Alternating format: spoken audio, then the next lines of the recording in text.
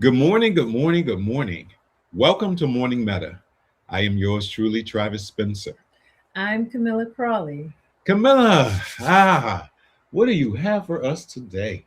Another wonderful community conversation. Mhm. I love when we have a chance to speak to people that are out there in the community doing wonderful things. So, Yes, yes. today we have a special guest, Rhonda Watson, who is the founder and executive director of Roots for Life. Mhm. Mm, Welcome, Rhonda. Thank you Yes. so much for having me. yes. Now, before we get into our conversation with Rhonda, for everyone out there watching and listening, I want to remind you about our themes for this season. The first theme is awakening and new beginnings, cultivating self awareness and embracing opportunities to start anew. Then we have renewal and growth, reimagining life with clarity and focus. And finally, blooming and becoming, intention setting and manifesting. So Mm. just keep that in mind as we're getting, I know, closer and closer to summertime. But for now, let's get into this conversation, Yes, right? yes. I'm excited. Yes. So, Rhonda, we're going to turn it over to you because we want to just hear a little bit about who you are and what you'd like to share about your story, your journey to this point. All right, thank you so much for having me. So, I am the founder and executive director of I'll still say grassroots organization, all volunteer led, that I started about almost 10 years ago. So, it was really like identifying a need in the community and bringing my passion along with a friend of mine's that I loved cooking. She loved gardening and being in the community and just seeing like what some of the needs are in urban communities, which was getting people to be healthier. And so we decided to like, yep, let's do this organization, go out in the community and start like trying to get people to live a healthier life. And so like our mission is to get people to learn how to eat, cook and grow healthy. And I've been in the nonprofit space basically most of my career, doing a lot of community engagement and being able to be in the community, you get to see and talk and learn like some of the things and needs that the community really would need to have to thrive a little bit more. And so I have just learned, always loved like being in the community with people. So this really gave me access and opportunity to really like get like feet on the ground in the community. So I'll say like 10 years, like really like with my hands and being able to lead the mission that I was truly passionate about. Mm. Wonderful. Yes. So I'm wondering, Rhonda, I know that you say you enjoy being in the community and you've been in the nonprofit sector. Was there anything beforehand in terms of like your education or training that led to you going down this particular path? Yes, now I will say many years ago. So, what my career out of college, I was going to be a paralegal and was working in a law firm. But before, you get sometimes into your career, you get like volunteer experience. So, I lived in the Chicago area. I volunteered at an organization called Chicago Legal Aid to Incarcerated Mothers Claims. And I was a paralegal, but it was also like volunteering for a nonprofit organization, and it really like sparked my interest because I was working in a law firm, but I really loved the law in the community. And I thought at that time, I want to work on that side of the law. So I went back to DePaul University, received a master's in public service management, which was the same as nonprofit management. And it really showed me like I wanted to be on the side where people were educated and I could actually like see the impact that I was making. And my idea at that time, which I thought I was being led to do, would be like maybe work for like a legal foundation, a Mhm. legal aid clinic or something. And it just never panned out. But I always still stayed in nonprofit. So shortly after getting my master's, I moved to DC and I worked at a health organization and I started like developing health education programs for DC public schools. And so it was just trying to recruit minorities into health professions and also teaching like stress management, STDs, anything health related. And that was really like my big step into like being in the community, because I'm in the community, I'm at health fairs, I'm developing education and teaching people about how to be healthy. So that really gave me like the jump into the nonprofit world. And ever since then, I've been doing something related to health, because after that, I worked at another organization where it was focused on teaching, well, it was a kidney organization, so it was like really like teaching you like how to have like the best health and doing screenings. And then after that, I started working like in food insecurity, which still followed along health and getting people to get access to food when they're food insecure. So that has been like my journey in nonprofit. So never was I in law anymore. I was now on the side of direct service and like making direct impacts in the lives of people in the community. And that is really, I think, like where like my passion really lies. Mm. Yeah. So many people Yeah. have those kind of stories, right? Where Hmm. they're on one path, and then as a result of just kind of exploring that, it's kind of like, that thing over there is interesting, and you kind of make a Hmm. turn. So Yes. that's wonderful. I'm Hmm. starting to see the connections now, right? You said that you enjoy cooking. And so when you think back, do you have memories of like someone in your family teaching you how to cook, or you're watching someone cook? Where did this sort of love of cooking come from? I will say the women in my family. So, my mother was a really good cook, and like you learn in watching cooking from people who don't even need a recipe. That if my mother is making something like sweet potato pies, like it's cooking off of sight. Like she doesn't need a recipe, she doesn't need the ratio. And I feel like even baking is like a science, but like learning at an early age and after school, like I could start cooking before my mother got home from work, and making sure like we had food on the table. We always ate dinner as a family. So also, and this is a long time ago, so there used to be something called scholastic school books. And I remember, and I still have them, cookbooks from elementary school that I was asking my mother to buy. So I would like try recipes out of there. So just always loved like trying new recipes, and still like a love of cookbooks. So if I traveled somewhere, I wanted a cookbook from there. And it could be even a city. I used to be addicted to the Food Network and just trying like different recipes.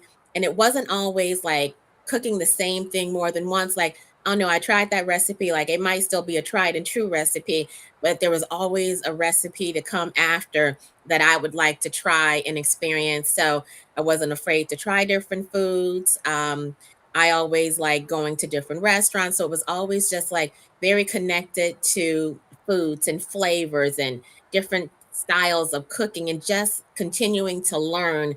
And I will say, like growing up, I didn't like vegetables. Then I became a vegetarian in my 20s. Hmm. And you can learn different, like I feel like your palate changes, but I was able to learn like different flavors, different cooking styles, and it really just led me into like all of these foods have an impact on our health and just trying to be healthier, because then like as you're getting older, you see like different impacts of food on the people in your family, that different cooking styles, like, oh, we can cook this but it could be healthier. um just like I don't like cooked kale, but I like raw kale. So it was just teaching me more about food, my likes, and like what I like to put on the table and on my plate.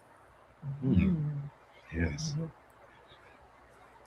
So before we get into what you're going to share, we always like to just get a sense of what people think about healing. Since our organization is a healing center organization, and we always have sort of like a standard definition, I would say, Yes. of healing is really just about coming back into balance. And it's not a balance where everything is like 10, 10, 10 across the board, but just coming back into balance in regards to being aware of where you are with your mental, your physical, your emotional, your spiritual dimensions of wellness, like all these different dimensions of wellness, just being aware of, where's that balance at? And do you need to apply a little bit more attention here or there? So that's the type of balance that we talk about when we mean, healing is coming back into balance. So I love to hear from you. When you hear the word healing, how would you define it? That is such a perfect segment. So I think healing is being aware and taking care of yourself and making sure that you feel good. And that could be like emotionally, spiritually, like what you put on your plate, and just making sure that you feel like the wellness of everything that you're doing. So I feel like healing is all of those things combined to give us our healthier version, healthier selves. Mhm. Mm. Yes, yes. All right. So this is a good time for us to really give you the floor to share whatever's on your heart and mind with our audience. So I love the awareness topics that you are talking about right now, because I feel like that's right where I am right now. So I feel like my theme is practicing what I preach. And I feel like right now, like where I'm in my career, like I am taking a pause for myself so that I can practice what I preach. So I've been in the nonprofit world for years. I have a day job, and I feel like I also have a full time role with Roots for Life, being founder and executive director. And so I am basically working two full time jobs. So the stress of that plays a role in my world and in my life. And so I have been working two full-time jobs, I would say, like for the last 9 years. And so at some point that does catch up with you, that I will finish the day job, I'll work in the evenings, I'm on my computer until 9, 10 o'clock at night. And just because I turn the computer off, my brain is not shut off. That Mm-hmm. I am laying in bed, I'm going to sleep, because I have all these, like a computer, I have all these different tabs open. So it's affecting my sleep.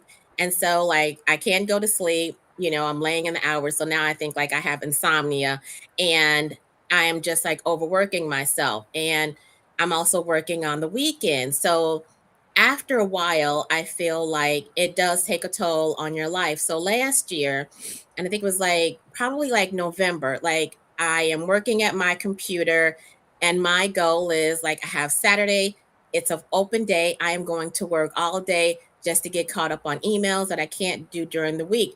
So I'm at my computer, and my goal is crank out emails, work on some other projects. And I'm at the computer, and I get like really dizzy. So I thought like, okay, I'll go lay down on the couch, like maybe it will pass.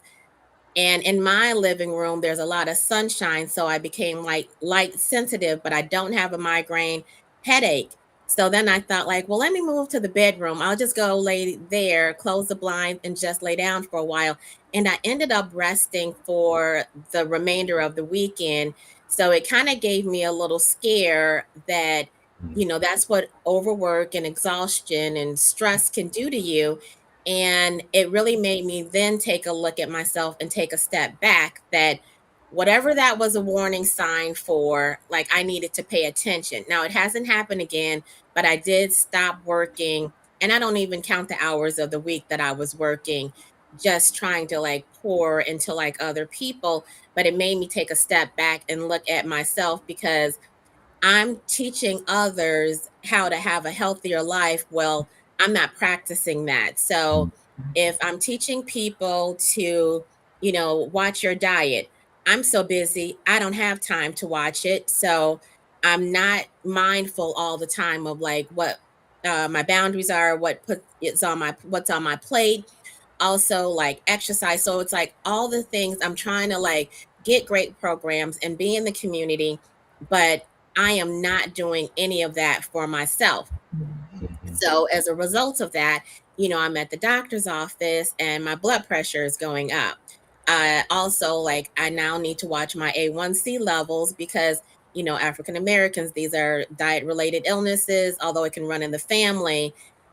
I'm now watching that. So it really made me take a look at everything that I was doing, that I am teaching people how to live a healthier lifestyle, but I'm not being healthy at the same time.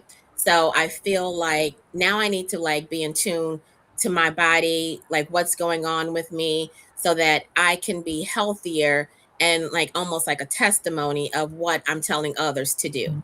Mhm. So I am now trying to take a step back and get my board to like be a little bit more active in what we do in the community, so that I say like 6 months, like until the end of the year, work on my health, get in exercise classes, so that when I'm telling somebody else to do this, I almost can say, this is what worked for me. Maybe you can try this. These are the results of my actions. And right now, I don't have that testimony because I was not doing it for myself. So I love like the topics that you're talking about, like, because I am becoming more aware, because all the things that I'm trying to get people to do, I need to do them for myself. Mhm. Mm, yeah. Yeah. I'm happy to hear Yeah. what you're sharing. I think that oftentimes healers need healing, you Yes. know, and the passion, because everything that you've shared with us thus far speaks to your desire to support the healing of others, you know. And I am so happy to hear that, that you noticed and you're taking the time to take care of yourself. So that's wonderful. Absolutely. Thank you. Yeah, I think that's something that we're usually not even thinking of, because we know like community needs are great. The need does not go away. But I think that like entrepreneurs, caregivers, anyone working in the community, advocates, volunteers, that if we're not at our healthy self, we're really not doing the community like the service that they need. They do need to see us take the time for ourselves, set some boundaries, and rest is still productive, because we're giving ourselves like the permission to take a break and to come back and be more productive for whatever mission or service that we're trying to provide to the community. Mm, yes, Mm-hmm. absolutely. Mm-hmm. Yes. Yeah, I really love the conversation that you're having with us, Rhonda, because I feel like so many people will resonate. Because I think just in general, we're very passionate people, and I'm talking about the community in general, that all of us are very passionate and we want to take care of others. And so, even to hear you say that you took a step back, and I don't know if you had a conversation, but by whatever method, you communicated for the board to step up and to do some things so that you can take care of yourself.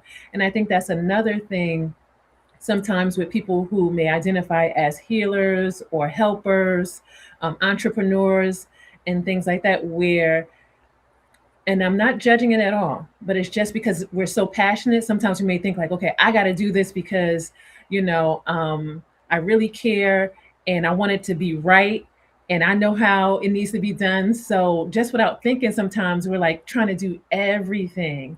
And I love that you had that awareness and insight to just kind of step back and say, all right, I have a board. Let me communicate with them and see what they can do. Yeah. Mhm. Yes. I think sometimes we automatically know what needs to be done. And instead of asking for the help and the support, we're an automatic yes. Like, yes, I can do Mhm. it because I simply know I can Mhm. do it. But does that mean I should do everything? And Mhm. sometimes we think that it saves time, that, like, oh, it'll be quick. Like, I can do this. But we have so many yeses out there. We do need to balance it with some no's, that we need to take a step back to recharge, that's mental, that's the stress on our body, we overthink, and all of that does show us signs that, when I said like I wasn't sleeping, so I'm always thinking of the next thing to do, so now my sleep is affected, which affects the quality of your health also. That Mhm. sometimes we think like it's insomnia, but I also believe now, as I'm taking a step back, that I'm sleeping better and I'm not overthinking, that Mhm. I'm resting, and it's not laziness, that sometimes rest and doing nothing is great for your mind and for your physical body. That I think now I am getting comfortable in saying no, that no, I can't do this, because I do need to preserve rest. I need to preserve how I sleep. I think it's mental fatigue that we seem to want to do everything because we know it's so easy to do it, but we also have to remind ourselves that boundaries are important. They are around us and should be implemented so that it preserves us as just like helpers. That I'm helping you, but I'm helping you in an unhealthy state where I am. And I think that when we are able to say no, we can like focus on ourselves, get healthy, and I can come back and even be more powerful or impactful for what I can do for you. Mhm. Yeah. Mm. Ah, Mhm.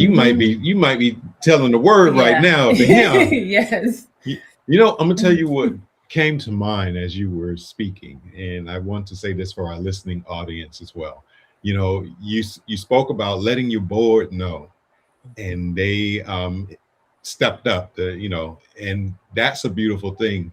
And for those who um, aren't a part of a nonprofit or anything like that, your board can be your community. Mhm. It can be your partner. It can be your family. Letting them know, like, hey, I need help. I have to take some me time. I have to take some self care. Because we're on this beautiful journey of healing as a Black community. Camilla and I Mhm. talk about this often, that we're healing. We're healing from hundreds of years of trauma and the different things that have happened, oppression. So within that healing, there needs to be rest, Mhm. you know, because you're doing beautiful work. This work around food, which is another healing practice. Um, you gotta rest. You have to rest. So thank you for sharing that. Yeah. Mhm. Yeah, and I want to kind of follow up on what you're saying too, Travis, because I've done a little bit of work, or I shouldn't say a little bit, I've done work with women, and particularly women who identify as Black or from the African diaspora, around some of these topics in regards to asking for help, and also feeling overwhelmed, stress, and things like that. Some of the things that come up at times are that people feel guilty. Like they might say, "Oh, well, I feel guilty about asking for help," or I feel, some kind of way about the fact that, I can't do something because I need to rest. So, in your process of first, like just kind of seeing everything a little bit more clearly and then stepping back, you were able to gain that insight of like, okay, I need to do this with the board. I need to do this, this, and this. But what was coming up for you feeling wise? Like when you came to that moment where you were like, okay, I need to ask for help. I need to monitor my intake of food. I need to do better with my rest. What kind of emotions or feelings came up for you in that process, and how did you navigate them? I would say I had a range of every emotion. This is something that I've been working on, very passionate, and I would feel like this is my baby. Like this is something that I hold very close to me, but I also know like this is a public organization. And I will say that I felt every emotion, because sad that I can't do everything, because I think I like I'm not every woman. So now I have to remember that I cannot do everything and I can't be great in every space, because I don't even have the bandwidth to do it. So I will say that I feel like I can reflect back on that, and I have to be able to be honest with myself that I'm not able to do everything, because it's too much to do for one person, and I have to get very comfortable in asking for help, because I sometimes think like, well, other people know what I need. They should just step in. But I Mhm. can't expect anyone to be a mind reader, because they don't know what I need help with, because if I make it look so easy because I am just juggling everything, Mhm, Mhm. mhm, I will make sure that it gets done, that I now need to say, like, it's not getting done in the best way because I don't even have the energy to do it, or my energy is suffering. And I will still do the mission, even if I'm tired, even if I'm exhausted. And that is not what I'm trying to represent to people. I want them to I want other people to have boundaries. I want them to prioritize rest. I want them to be mindful of what they're doing, what you put on your plate, how you give yourself and energy to others. But I'm not teaching it, I'm not showing it. And I Mhm. feel I need to be a witness to what I'm saying, and I don't feel like I am. And so I feel sad that I'm not going to have my hands into the mission for a while as I take a step back.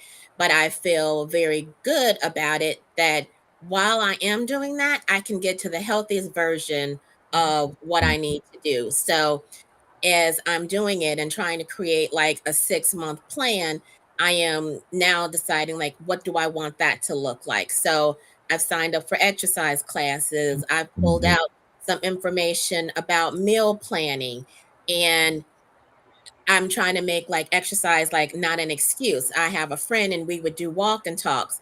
So as the season Mhm. started to get a little warmer, I couldn't be outside walking because now my allergies are affecting me, and so I can't be out there. And but I found some now indoor walking tracks that now, regardless of the weather, I need to remove the excuses. I can walk if it's raining, snow, pollen, whatever it is, I can do that. I've signed up for exercise classes. I put them on my calendar as appointments. And I'm also learning to put like the boundaries around my time, and putting exercise or working out, just even something inside of the house. That I work from home, so I'm sitting at the computer. Being sedentary is the worst that you can do for your body. That I now need to, like, oh, everybody takes a lunch break and that does not need to be in front of the computer. So now I need to go outside and walk for 30 minutes, because I can eat it anytime that I want to, but I also need to like be mindful, like what it's doing for me if I remain sitting down all day. Sometimes I'm sitting so long that when I get up, I'm like, why am I feeling so achy? Why am I Mhm. feeling stiff? Is because, well, working remotely is great, but it's not great if you don't take advantage of even doing an exercise video in your home, or just going outside and getting some fresh air. So those emotions, like, I'm happy about, I just have to get in the habit of doing it, because I want other people to do it, to know, like, time block, put some boundaries around it, and take care of yourself so that you can take care of others. Because I often think that, we want to do so much and we want to care for others, that if we don't take care of ourselves, we can't do it. So I think like caring for ourselves also looks like taking time and saying no. And I'm happy about that, because it is like a new skill that I am learning. So, how am I feeling? Like, torn, but also very happy, because I think that if I'm in my best health state, that I'll be better for other people. And then I can share this with other people and saying, like, this is why it's so important. And this is what, when I took a step back and I took a pause, here's what it did for me. And here's how I was able to do that. So, in talking about that, like I said, like, my blood pressure is going up, or in my A1C levels are going up. So, if I can tell others that, you know, some of that is affected by stress and, not taking the time for myself, but I want to be able to tell people, like, well, now that I have done this, you can do it too. And this is what it looks like. And it's not an easy place to get to, but I also think that you get warning signs. So I feel like last year, when I said that I got dizzy, could it have been high blood pressure? Were my A1C levels high or low? And because I really wasn't monitoring it, I don't know which one it was, but I feel like it was a warning sign, and I don't want another sign. So I want the next sign to be like, what does it look like if I'm doing everything for my health? to be the healthiest that I've ever been. Mm. Mm-hmm. That brings me to a question. So I love these hypotheticals I'm going to ask you. Hmm. So share with us um, a perfect day, as you're doing this healing journey that you just shared with us and the things that you're doing. So what does a perfect day look like for someone who has the passion that you have, doing the work, the type of work that you do? What does a perfect day look like for you, that includes the saying no, the resting, and all of the things that you've mentioned to us? A perfect day is knowing how much time you are willing to exert to something else that's other than feeding yourself. So now, if it's a day in which I know I don't really have the energy, and before I would just, oh, I can do that, I can push through, it's me saying, like, uh, being honest with myself. No, I cannot do that. Or if I can do it, here's when I can provide that deliverable to you. Because Mm, I'm no longer going to be able to stay up and, like working late just because I'm asked to do it. I need to be realistic with myself that no, going to sleep at a decent time matters. Getting a healthy meal on my plate matters. That I might need to take time away and make something healthy. It could be a salad, like whatever I'm making. I need to make sure that no, I need to get groceries today because I need to be able to eat healthy the rest of the week. Because I think if I'm not doing that, anything can go on the plate. So for me now is being honest. Today is a grocery store day. Today is a meal prep day. Um, Today I am not on technology, so I will not be responding to emails, or I simply cannot do this program or task because I need to prioritize the rest so that the next time I'm asked, I can possibly say yes. Mm, mm. mm. That's This is, inspirational, yeah, right? it is. And I believe that your testimony is going to be powerful. I mean, it's already starting now because everything is a process.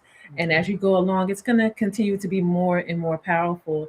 And so, this just is a reminder to me that everything happens as it needs to. So, Hmm. even a moment that seemed like, oh my gosh, all this is going on, like, oh, what's happening?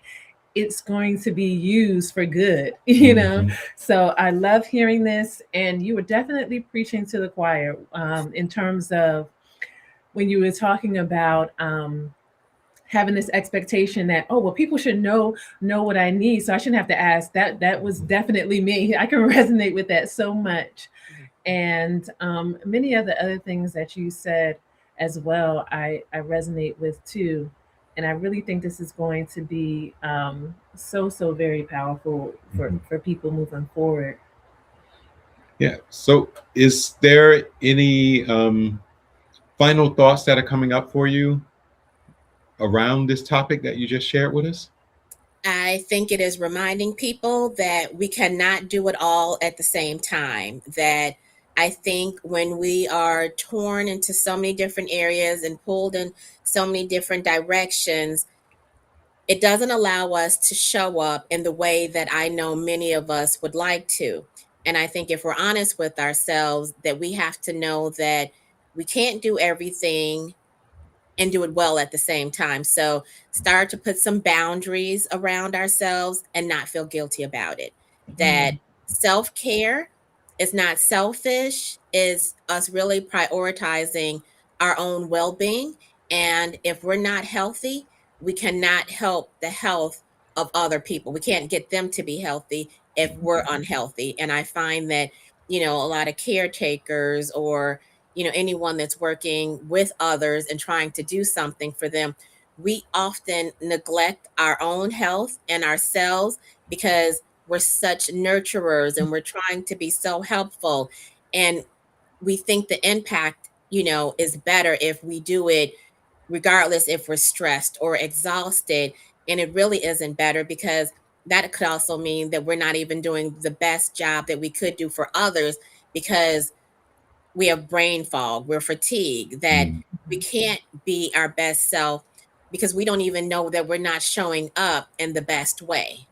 So I Hmm. think my final thoughts or final words would be be mindful of yourself. Like if you do find yourself that you're not sleeping, or you're getting stiff, you're not moving enough, you're not eating correctly, like why are you not getting enough sleep? I was originally thinking like, oh, I just have insomnia. But what I found was that I was just overworked, and I was just doing too much and putting too much pressure on myself, and that's not even part of the mission that I'm pushing forward for others. So it's really taking a look at myself, what's going on with me, and making sure that I'm better for anyone that I come in contact with.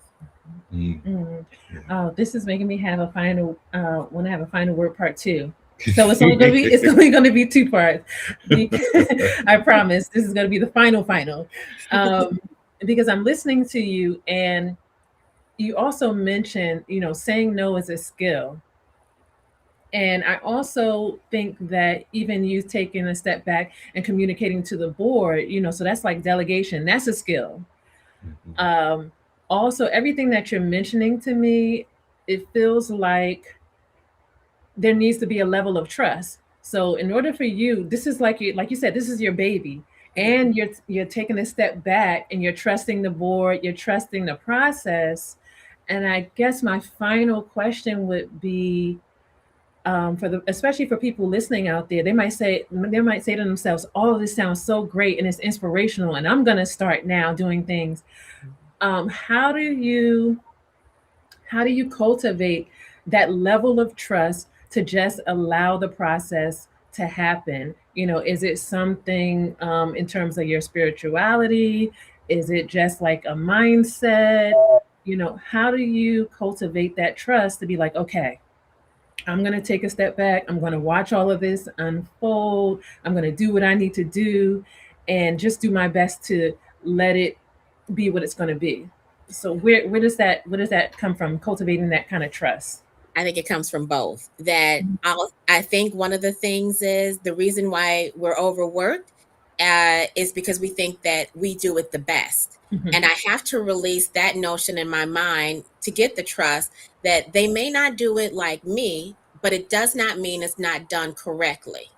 Mhm. And so I get that trust with just letting this mission have wings, and let other people make the impact that they want to do it and the way they want to do it. And my trust is that it's still going to be impactful. It may not be the way in which I would have done it, but knowing that the impact is still being made, people are still being helped, and I do not have to helicopter over the mission. And I feel like my trust is however someone wants to show up for the mission and how they want to make the impact, I trust that. And I Mhm. trust that I don't have to lead everything for it to be great, Yeah. that I can trust people to do their purpose or their passion the way in which they see it, that I trust they will do the best and they will show up the best for themselves. Yes. Wow. That's, I think, Yeah.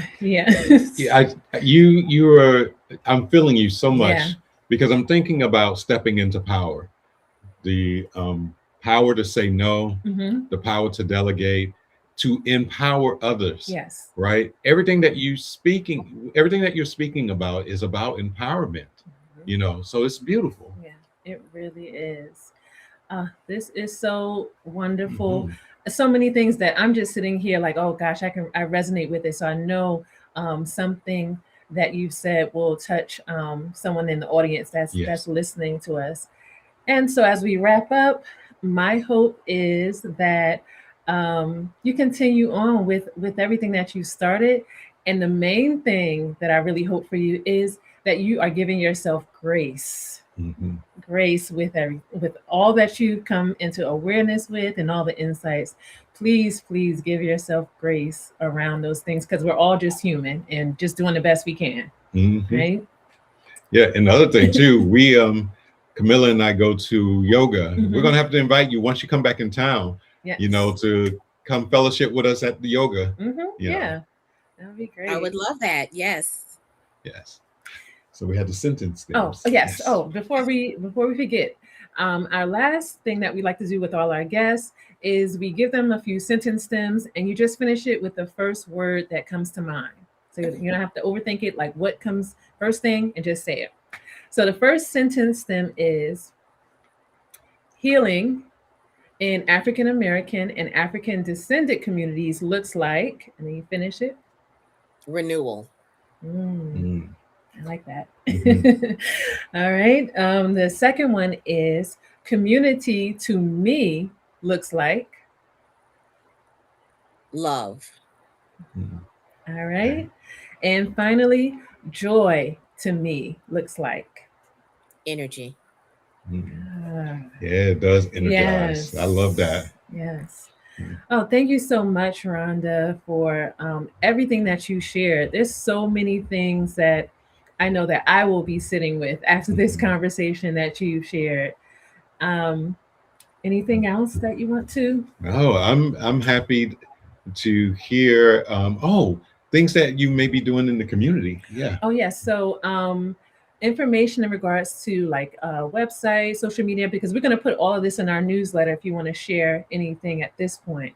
Okay. All right. So our website is rootsforlife.org, and it's a hyphen between roots-for-life.org. And right now we are trying to schedule some gardening workshops, and we are also trying to look like for some opportunities in which the board volunteers will be doing, demonstrations. So we are on pause, and they are trying to also like develop what programs are going to be moving forward. So if people just like, follow us on Instagram at Roots for Life DC, and, stay up to date with us and like follow us to find out like what is coming next for us. Oh, wonderful. Awesome. Awesome. All right. All right, everyone. That's our conversation for today with Rhonda Watson. Look out for all of her information in our newsletter, and continue to join us as we start each and every morning with you all grounded, intentional, and connected. Ashe. Ashe.